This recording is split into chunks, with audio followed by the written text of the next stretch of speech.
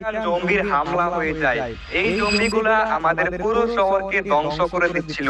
অন্য সকল normal zombie থেকে এই টাইটান জম্বিগুলা ১০০ গুণ বড় ছিল এবং এদের শক্তিও ছিল অনেক বেশি। এখন আমি আমাদের এই শহরকে কিভাবে বাঁচাবো? তো গাইস, আজকে সকালবেলা অফিস থেকে ফোন করা হয়েছে।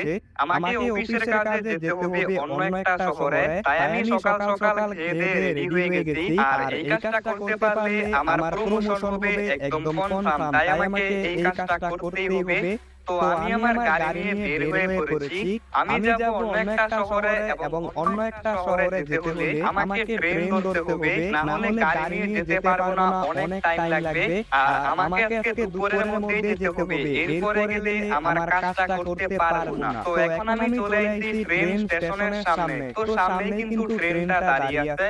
এখন আমাকে তাড়াতাড়ি করে এই ট্রেনটার মধ্যে উঠে পড়তে হবে। বেশি দেরি হলে আবার ট্রেনটা চলে যেতে পারে। তো ট্রেন ছাড়ার আমি একদম ১ মিনিট আগে চলে এসেছি। সব লোকেরা তাদের সিটের মধ্যে বসে পড়েছে। এখন তাড়াতাড়ি আমিও ট্রেনের মধ্যে উঠে পড়ি। আমার টিকেট আগে থেকে কাটা ছিল। তো এখন আমি ট্রেনটার মধ্যে উঠে পড়বো এবং যাব আরেকটা শহরে। নতুন শহর কিরকম হবে তোমাদেরকে আজকে দেখাবো। কিন্তু অনেকক্ষণ ধরে অপেক্ষা করছি, কিন্তু এখনো ট্রেনটা চালু করছে না। কোনো প্রবলেম হলো নাকি? আমাকে বের হয়ে দেখতে হবে। তো প্রায় ২০ মিনিট হয়ে গেছে, এখনো ট্রেনটা ছাড়ছে না। তো আমি একটু বের হয়েছি। ও ভাই, এটা কি হচ্ছে? ভূমিকম্প শুরু হয়ে গেল নাকি? আরে ভাই সাব, এটা কি? এটা তো বিশাল বড় একটা জম্বি, কিন্তু এখানে কি করছে? ভাই সাব, কি একটা লাথি মেরেছে! ও ভাই, হাড়গোড় তো সব ভেঙে গেছে।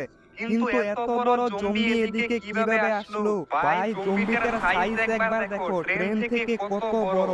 কিন্তু এখন আমার কি হবে? জম্বিটা আমার উপরে যেই জোরে লাথি মেরেছে, আমার তো হাড়গোড় মনে হয় সবকিছু ভেঙে পড়েছে। আরে ভাই, এগুলো আবার কি? ছোট জম্বিরও অ্যাটাক করে দিয়েছে? মানে আমাদের শহরে কি জম্বি ভাইরাস ছড়িয়ে পড়েছে? এখন আমি গাড়ি নিয়ে এখান থেকে পালিয়ে যাই। আমাকে ব্যাপারটা বুঝতে হবে। আজকের যাব না কাজ করতে। বস রাগ করতে পারে, কিন্তু কিছু করার নেই। এতগুলা জম্বির মধ্যে এবং আমার হাড়গোড় তো আজকে সব শেষ। আমাকে এক্ষুনি যেতে হবে একবার হসপিটালে। একবার ডাক্তারকে দেখাতে হবে। কিন্তু ভাই, খাওয়া-দাওয়ার কারণে আমার গাড়ি তো উল্টে পাল্টে একদম ১২টা বেজে গেছে এবং আমার অবস্থা তো আরো খারাপ হয়ে যাবে।